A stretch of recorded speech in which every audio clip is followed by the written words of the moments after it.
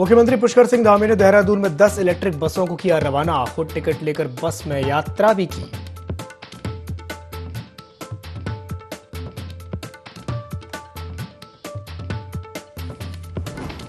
सरकार के बाद अब बीजेपी विधायकों का होगा चिंतन शिविर। राज्य के विकास पर होगी चर्चा।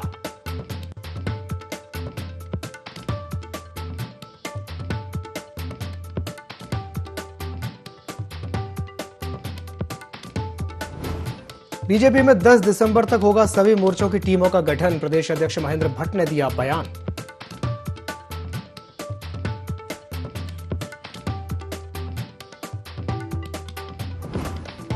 जसपुर की नादेही शुगर मिल 36 घंटे से बंद, नहीं हो रहा गन्ने का तौल, किसान हुए परेशान।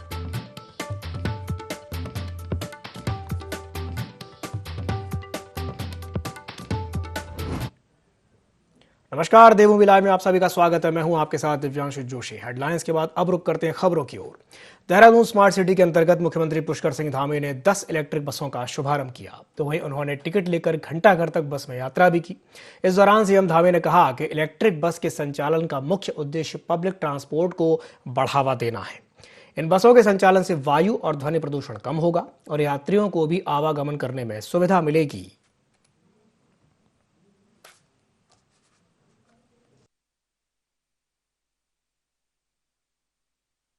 पर्यावरण की दृष्टि से इलेक्ट्रिक बसें हैं। अब आप देखिए, ना तो ये आवाज़ कर रही हैं और प्रदूषण की दृष्टि से बहुत लाभदायी हैं। इसका मतलब मान के चलिए कि ये स्मार्ट सिटी का जो कंसेप्ट है वो इसमें कहीं दिखाई दे रहा है और आने वाले टाइम पे इससे राजस्व की भी बड़ी बढ़ोतरी होगी और पर्यावरण की दृष्टि से भी बहुत महत्वपूर्ण है। और मैं कह सकता हूँ स्मार्ट सिटी के जो काम हैं अब आप तेज़ी से आगे बढ़ते हुए दिखाई दे रहे हैं। स्मार्ट सिटी के तत्वाधान में 30 बसें आज कुल हो गई हैं। पहले से 20 बसें चल रही थी, 10 बसों को आज फिर इस बेड़े में शामिल हो गई हैं। इनके शामिल होने से लोगों की यात्रा आसान होगी, सरल होगी, सुरक्षित होगी और पर्यावरण की दृष्टि से भी ये इलेक्ट्रिक बसें बहुत कारगर सिद्ध होंगी। जो आज के समय में पर्यावरण दूषित होना हमारे लिए बहुत बड़ी चुनौती है, बहुत बड़ी समस्या है हेल्थ के लिहाज से, अन्य लिहाज से। तो उस दिशा में भी ये एक जो हमारा मॉडल है उत्तराखंड राज्य का भी, कि इकोलॉजी और इकोनॉमी दोनों में हम संतुलन बनाएं और विकास को आगे बढ़ाएं, तो उस दिशा में ये दोनों में संतुलन करते हुए जहां लोगों के लिए सुविधा देगी, लोगों का आवागमन सरल बनाएगी, वहीं प्रकृति का संतुलन का काम भी करेगी। दिल्ली एमसीडी चुनाव के लिए बीजेपी के दिग्गज नेताओं ने जोरों शोरों से प्रचार किया है, तो वहीं वोटिंग के दिन सीएम धामी ने डोर टू डोर कैंपेनिंग की और दिल्ली एमसीडी चुनाव में बीजेपी की जीत का दावा किया। इस दौरान मुख्यमंत्री पुष्कर सिंह धामी ने कहा कि दिल्ली में 2 तरह के लोग हैं, एक ओर काम करने वाले तो वहीं दूसरी ओर कारनामे करने वाले, जिन्हें दिल्ली की जनता देख रही है।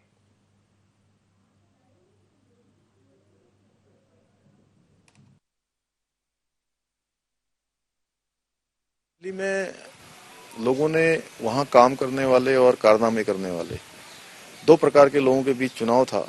काम करने वाले लोग भारतीय जनता पार्टी के लोग माननीय प्रधानमंत्री मोदी जी के नेतृत्व में काम कर रहे हैं और कारनामे दिल्ली में लोग देख रहे हैं। इसलिए एमसीडी के चुनाव में भारतीय जनता पार्टी की एक तरफा जीत होगी।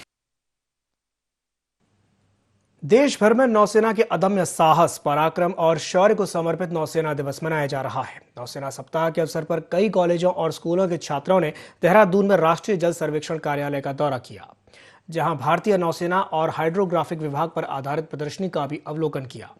नौसेना दिवस 1971 के भारत पाकिस्तान युद्ध में भारतीय नौसेना की जीत के जश्न के रूप में मनाया जाता है।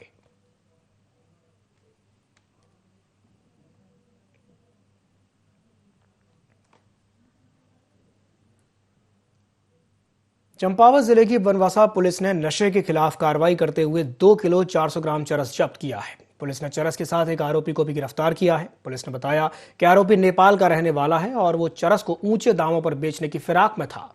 पुलिस आरोपी के खिलाफ एनडीपीएस एक्ट के तहत मामला दर्ज करके जांच में जुट गई है।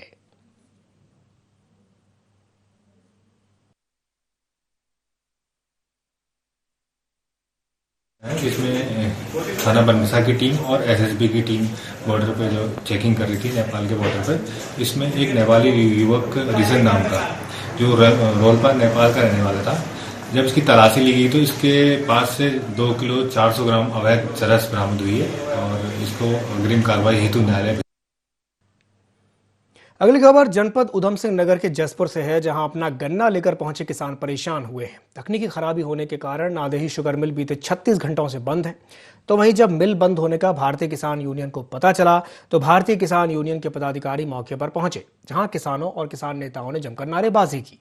किसान नेता अमनप्रीत ने आरोप लगाया कि सरकार ये चाहती है कि फैक्ट्री बंद हो जाए और किसान अपनी जमीन बेच दें। साथ ही साथ ये भी कहा कि गन्ना मंत्री उद्घाटन कर गए तब से मिल लावारिस हो गई है और अधिकारी अपने कार्यालय में नहीं मिलते। किसानों की सुध लेने को कोई तैयार नहीं है।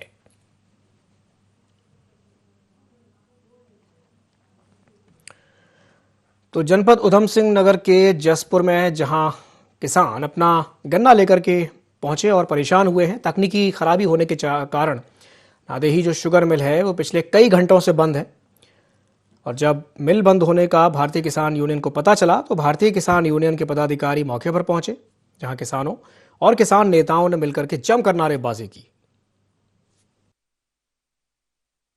सरकार चाहती है कि फैक्ट्री बंद हो जाए और किसान परेशान होकर अपनी जमीन बेच दे।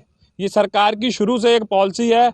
मैं तो सीधा यहाँ के मंत्रियों को, उस दिन गन्ना मंत्री जी भी आए, फीता काट के यहाँ से चले गए। फीता किसान भी काट सकता है, पर यह है कि जिस दिन से गन्ना मंत्री जी गए हैं मिल लवारिस हो गई है। आप अंदर जाके देखिए, अधिकारियों के ऑफिसों में अभी भी ताले लगे हुए हैं। किसान की सुध लेने को कोई तैयार नहीं है। लगभग 24 घंटे हो गए हैं मिल बंद हुए और 36 घंटे हो गए हैं और किसान दिन रात मच्छरों में सोने को यहाँ मजबूर है, पर कोई सुध लेने को तैयार। स्वास्थ्य विभाग में रिक्त पद अब जरूर भरे जाएंगे। स्वास्थ्य विभाग की वित्तीय एवं भौतिक प्रगति की समीक्षा के दौरान प्रभारी सचिव डॉक्टर आर राजेश कुमार ने निर्देश दिए हैं। समीक्षा में यह भी तय किया गया कि स्वास्थ्य सेवाओं को और मजबूती देने के लिए दवाइयों की कमी को भी दूर किया जाएगा। इस दौरान उन्होंने जनपद हरिद्वार के सामुदायिक स्वास्थ्य केंद्र भगवानपुर में दवा जलाने के प्रकरण का संज्ञान लेते हुए महानिदेशक स्वास्थ्य को तुरंत जांच करके कार्रवाई करने के निर्देश दिए।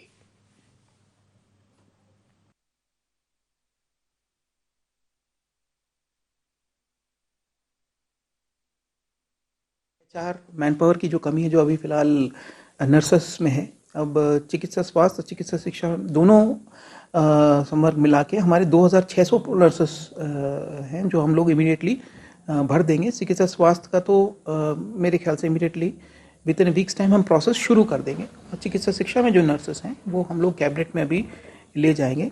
इसके अलावा जो 664 पद हैं कम्युनिटी हेल्थ ऑफिसर्स के, उसको भी हम लोग अभी इसमें रिजल्ट अभी मेरे ख्याल से 2-3 दिन में आपका आउट हो जाएगा। और बाकी 820 एएनएम के पद हैं, उसको भी हम लोग अभी फिलअप करने का प्रोसेस हम लोगों ने शुरू कर दिया है। हरिद्वार के भगवानपुर से हत्या का एक सनसनीखेज मामला सामने आया है, जहां एक मकान की पानी की टंकी से युवक की लाश मिली है। घटना की सूचना पर कोतवाली पुलिस मौके पर पहुंची। शव को कब्जे में लेकर के पुलिस जांच में जुट गई है। पुलिस पूछताछ में मकान मालिक ने बताया कि वो रात को किराएदार का हालचाल जानने पहुंचा था। फिलहाल पुलिस मामला दर्ज करके जांच में जुट गई है।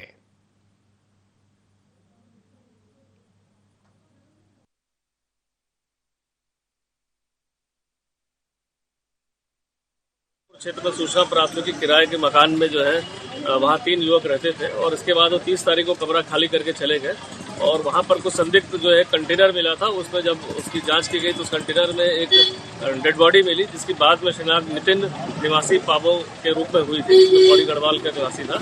अन्य जानकारी के बाद पता चला वह यहाँ पर एक फैक्ट्री में कार्यरत था। तो अन्य लोगों से जानकारी के पता चला कि वो 28-29 तारीख से गायब था और इस संबंध में कहीं कोई शिकायत नहीं दी गई थी। जो संदिग्ध लोग प्रकाश में आए उनके लिए टीमें रवाना कर दी गई है। कहीं ना कहीं ये अचानक से मर्डर का कोई लगता है कि अचानक से कोई घटना हुई है या कोई वाकयात हुआ जिसके कारण ये मर्डर घर पे ही कर दिया गया और किराए का कमरा खाली करके चले गए। टीमों को रवाना कर दिया है और पूरी उम्मीद है कि जल्द से जल्द इसमें सभी लोगों की गिरफ्तारी हो जाएगी। विश्व हिंदू परिषद दुर्गा वाहिनी की केंद्रीय समिति सदस्य साध्वी प्राची बाजपुर पहुंची। इस दौरान साध्वी प्राची मीडिया से रूबरू हुई। इस दौरान उन्होंने कहा कि उत्तराखंड की प्रदेश सरकार ने धर्मांतरण कानून को लेकर जो अहम फैसला लिया है वो काबिल तारीफ है। साथ ही साथ ये भी कहा कि धर्मांतरण कराने वाले व्यक्ति पर प्रदेश सरकार ने 10 साल की सजा निर्धारित की है, जिससे ऐसा कृत्य करने वाले लोगों पर कार्रवाई हो सकेगी। साथ ही उन्होंने केंद्र सरकार से मांग करते हुए कहा कि देश में जनसंख्या की वृद्धि एक बड़ी समस्या है, जिस पर रोक लगाने के लिए जनसंख्या नियंत्रण कानून लागू किया जाना अत्यंत आवश्यक है। उन्होंने कहा कि जनसंख्या नियंत्रण कानून लागू करने के साथ साथ जिस तरह सरकार ने 2 बच्चे वालों को चुनाव लड़ने की अनुमति देने का फैसला लिया था, उसी तरह 2 बच्चे वाले व्यक्ति को ही मतदान करने की अनुमति देने का सरकार को जल्द ही फैसला लेना चाहिए। साथ ही साथ 2 बच्चों से अधिक वाले व्यक्ति से सरकार द्वारा दी जा रही सभी सुविधाएं वापस ले लेनी चाहिए। साथ ही साथ उन्होंने ये भी कहा कि ऐसा कड़ा कानून बनने से जनसंख्या में नियंत्रित होगी और देश उन्नति की ओर अग्रसर होगा।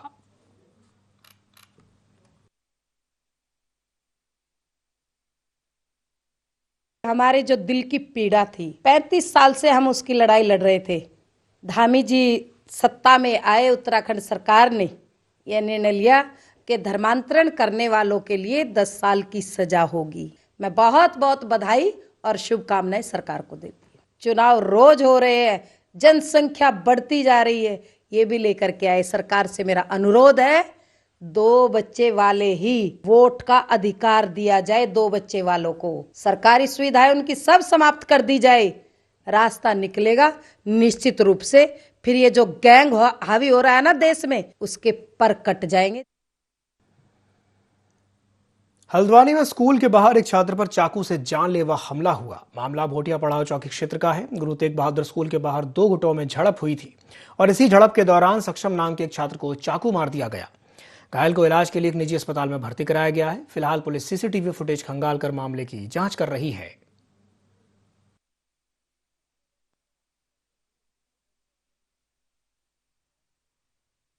रोड में गुरु तेग बहादुर स्कूल के बाहर एक चाकूबाजी की घटना हुई है। इस लड़का घायल हुआ है, इसको अस्पताल में उपचार दिया जा रहा है। इसकी स्थिति अभी क्रिटिकल बनी हुई है। डॉक्टर काफ़ी मेहनत के साथ इसका इलाज कर रहे हैं। पुलिस ने मौका मुआयना किया है और इसमें सीसीटीवी फुटेज के आधार पर पुलिस इस घटना में लिप्त जो नवयुवक हैं उनका पीछा कर रही है। जल्दी ही इनका पता लगा लिया जाएगा। घर वालों की ओर से तहरीर मिलने पर अभियोग पंजीकृत किया जाएगा। ऊधम सिंह नगर के पश्चिम वन प्रभाग क्षेत्र इन दिनों विदेशी परिंदों से गुलजार हैं। हर साल की तरह इस साल भी हजारों विदेशी परिंदों के झुंड तुमड़िया डैम और भोगपुर डैम की रौनक बने हुए हैं। आपको बता दें कि यूरेशियाई देशों में पड़ रही कड़ाके की ठंड की वजह से काफी तादाद में ये मेहमान परिंदे इन दिनों तराई इलाकों में पहुंचे हुए हैं। तो वहीं इन विदेशी परिंदों को देखने दूर दूर से यहाँ पर्यटक पहुंच रहे हैं।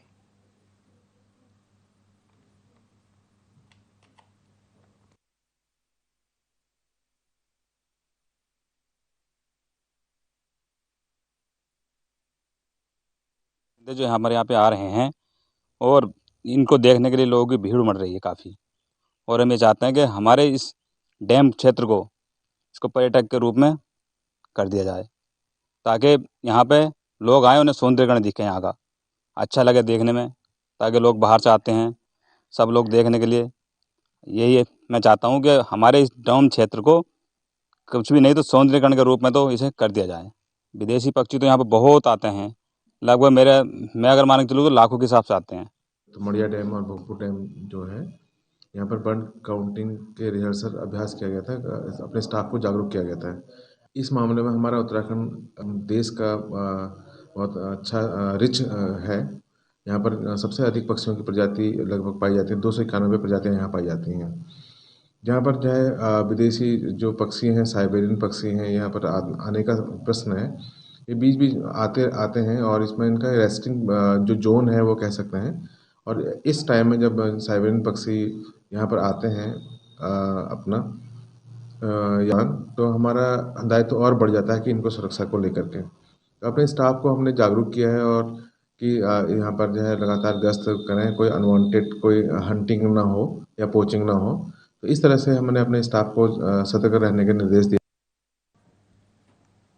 लोहाघाट विधायक खुशहाल सिंह अधिकारी ने पुलिस विभाग पर सवाल उठाए हैं। उन्होंने क्षेत्र के युवाओं में बढ़ती नशे की प्रवृत्ति और गुंडागर्दी के लिए पुलिस को जिम्मेदार ठहराया है। आज से 6-7 साल पहले यहां स्मैक को कोई नहीं जानता था, लेकिन आज पुलिस की ढीली और लचर कार्यप्रणाली के चलते तेजी से युवा इसकी चपेट में आ रहे हैं। विधायक अधिकारी ने पुलिस विभाग को चेतावनी देते हुए कहा कि क्षेत्र में नशे की तस्करी और गुंडागर्दी पर रोक लगाएं, अन्यथा उन्हें पुलिस के खिलाफ आंदोलन करना पड़ेगा।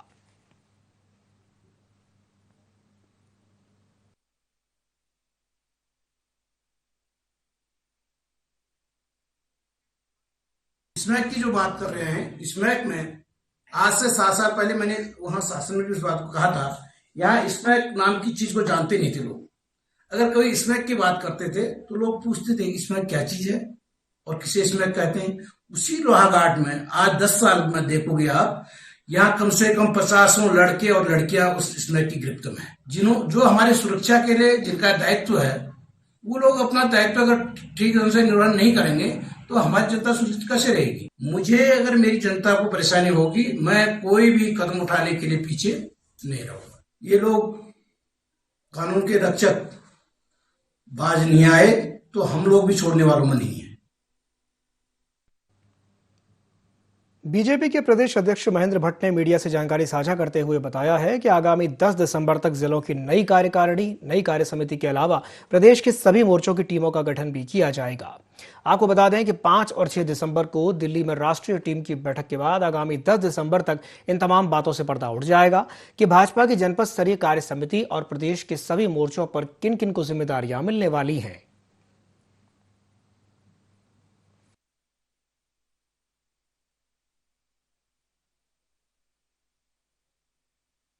हमने शुरू में ही कहा कि 10 तारीख तक, फिर 5-6 को हमारी दिल्ली में राष्ट्रीय टीम की बैठक है और 8, 9, 10 से 3 दिनों में हम अपने जिले की पूरी कार्य समिति और हमारे प्रदेश के मोर्चों की पूरी टीम ये हम गठित कर देंगे। उसके बाद हमारे मंडलों की जो अध्यक्ष है उन्हें बनाने का आगे प्रक्रिया प्रारंभ हो जाएगी। उत्तराखंड लोक सेवा आयोग के अध्यक्ष डॉक्टर राकेश कुमार को world book of records London का एक्सीलेंस अवार्ड प्रदान किया गया। इस मौके पर राज्यपाल गुरमीत सिंह ने पदाधिकारियों को धन्यवाद देते हुए कहा कि विश्व स्तर पर डॉक्टर कुमार की इस उपलब्धि से सिर्फ उत्तराखंड ही नहीं बल्कि देश भी गौरव की अनुभूति कर रहा है। कार्यक्रम का आयोजन राजभवन में किया गया, जिसमें मुख्यमंत्री पुष्कर सिंह धामी भी शामिल हुए।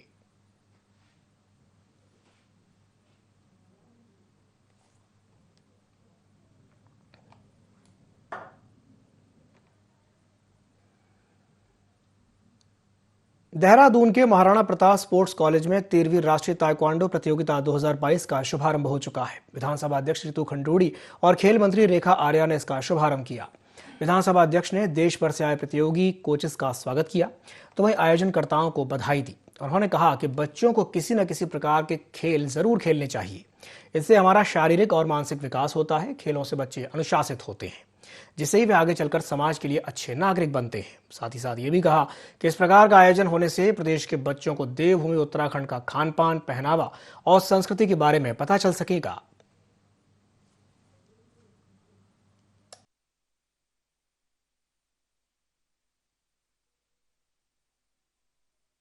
नेशनल ताइक्वांडो चैंपियनशिप 2022 उत्तराखंड में ऑर्गेनाइज हो रही है। इस तरह का कार्यक्रम यहाँ उत्तराखंड में हो रहा है। सभी बच्चों का स्वागत करती हूँ उत्तराखंड में, और इस तरह के कार्यक्रम से बच्चे को इनकरेजमेंट मिलता है कि हम और लोगों को भी प्रेरित कर सकें कि स्पोर्ट्स की तरफ बच्चे जाएं ताकि वो अपना स्वास्थ्य का ध्यान रख सकें और आगे चलकर स्पोर्ट्स के माध्यम से अपना जीवन यापन कर सकें। तो ये एक ऐसा स्किल है जो हमें हर बच्चे को देना चाहिए। मैं बधाई देती हूँ पूरी इनकी समिति को, एसोसिएशन को, कि इतना बढ़िया कार्यक्रम ये उत्तराखंड में कर रहे हैं। बहुत बहुत शुभकामनाएं और बधाई। उत्तराखंड के सरकारी अस्पतालों में डॉक्टर्स की स्थिति किसी से छिपी नहीं है। इस बात से सरकार भी इंकार नहीं कर रही है। तो वहीं सरकारों ने समय समय पर डॉक्टर्स को पहाड़ी क्षेत्रों में भेजने की जद्दोजहद जरूर की है, लेकिन इसके बावजूद भी अति दुर्गम क्षेत्रों में डॉक्टर्स की भारी कमी देखी जा रही है, जिस पर डीजी हेल्थ शैलजा भट्ट ने दो टूक बात कही है। उन्होंने कहा कि जो डॉक्टर्स पिछले लंबे समय से अपनी ड्यूटी पर तैनात नहीं हैं, उन्हें बर्खास्त करने की प्रक्रिया चल रही है, लेकिन जो डॉक्टर हाल ही में ज्वाइन हुए हैं उन्हें भी अभी तक ज्वाइन नहीं किया है, तो वहीं उन्हें नोटिस भेजा गया है। यदि वो भी जल्द ही ज्वाइन नहीं करते हैं तो उन पर भी विभाग बड़ी कार्रवाई करेगा।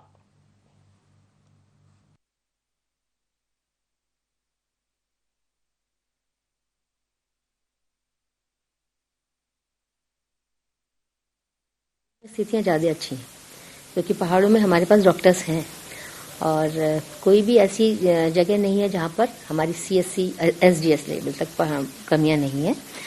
और जहाँ तक सवाल है, हर प्राइमरी सेंटर में हम अभी नहीं दे पा रहे हैं डॉक्टर, लेकिन हमारी CSC तक डॉक्टर्स की व्यवस्था है। लोहाघाट में ज्यादातर नाबालिग बच्चे वाहन चलाते देखे जा रहे हैं, जिनके स्टंट और रैश ड्राइविंग से दूसरों की जान पर खतरा बना हुआ है। लोहाघाट में पुलिस महानिदेशक ने इसकी रोकथाम के लिए प्रदेश के सभी पुलिस अधीक्षकों को निर्देश जारी कर दिए हैं, जिसके बाद थाने के एसओ ने चेकिंग अभियान शुरू कर दिया है, जिसमें 8 नाबालिग बच्चों को दोपहिया वाहन चलाते हुए पकड़ा गया। चालानी कार्रवाई करके उनके परिजनों को थाने बुलाया गया और नाबालिगों को वाहन न देने की सख्त हिदायत दी गई।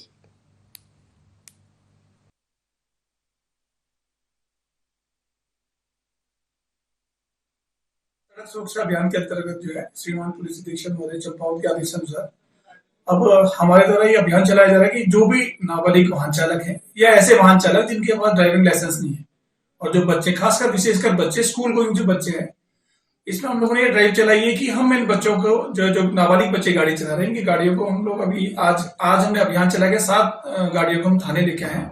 साथ ही इनके जो परिजन हैं उनको थाने में बुला के काउंसलिंग की गई है और 7 गाड़ियों में चालानी कार्रवाई की गई है। मैं आपके माध्यम से यह संदेश देना चाहता हूं कि यदि भविष्य में कोई भी नाबालिग वाहन चलाता पाया गया, तो जो वाहन चालक है नाबालिग बच्चा, उसके जो परिजन है उनके खिलाफ जो है हम नियमित एमवी एक्ट में चालानी रिपोर्ट जो है माननीय न्यायालय में पेश। लोहाघाट विधायक खुशहाल सिंह अधिकारी की मेहनत रंग लाई है। दरअसल विधायक ने लोहाघाट उप जिला चिकित्सालय में चिकित्सकों और स्वास्थ्य सुविधाओं की कमी का मुद्दा शीतकालीन विधानसभा सत्र में प्रमुखता के साथ उठाया था, जिसके बाद सरकार ने हड्डी रोग विशेषज्ञ सहित 4 अन्य डॉक्टर्स उप जिला चिकित्सालय लोहाघाट में नियुक्त किए हैं। विधायक अधिकारी ने कहा कि अस्पताल में चिकित्सकों को जल्द ही चिकित्सा उपकरण मुहैया कराए जाएंगे ताकि मरीजों का अच्छे से उपचार हो सके। उन्होंने चिकित्सक उपलब्ध कराने के लिए सरकार को धन्यवाद भी दिया। साथ ही साथ ये भी कहा कि क्षेत्र की जनता की समस्याओं का प्रमुखता से समाधान किया जाएगा।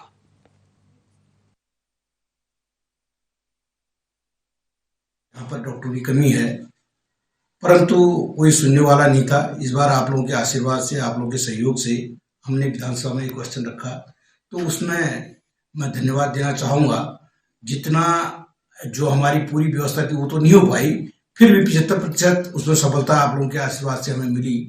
जो ही हमने इस मुद्दे को रखा, तो यहाँ पर सबसे पहले हड्डी के डॉक्टर की बड़ी आवश्यकता थी, जिनके लिए हमें यहाँ से या तो पीलीभीत जाना पड़ता था या फिर पिथौरागढ़ रेफर करना पड़ता था। आज उसकी राहत मिल रही है और उसमें आप लोगों के आशीर्वाद से हमने बात को रखी और सरकार ने स्वीकार किया कि वास्तव में डॉक्टर की कमी थी। उससे आज निजात पाने के लिए कम से कम 6 पदों में 4 डॉक्टर हमें दे दिए, उसके लिए धन्यवाद। सितारगंज में सतत विकास लक्ष्यों की पूर्ति के लिए आशा और आंगनवाड़ी कार्यकर्ताओं के लिए प्रशिक्षण कार्यक्रम रखा गया था। 2 दिन बाद इसका समापन हुआ। प्रशिक्षण में ट्रेनर धनंजय सक्सेना ने कहा कि 70% बीमारियां दूषित पानी पीने की वजह से होती हैं। वर्तमान समय में पानी की क्वालिटी तेजी से खराब हो रही है।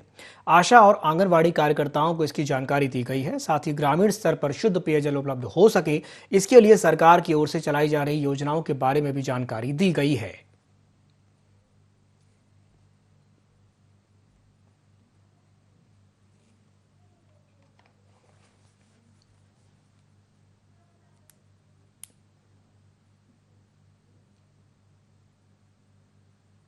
इसी के साथ बुलेटिन में फिलहाल के लिए इतना ही। दीजिए इजाजत। नमस्कार।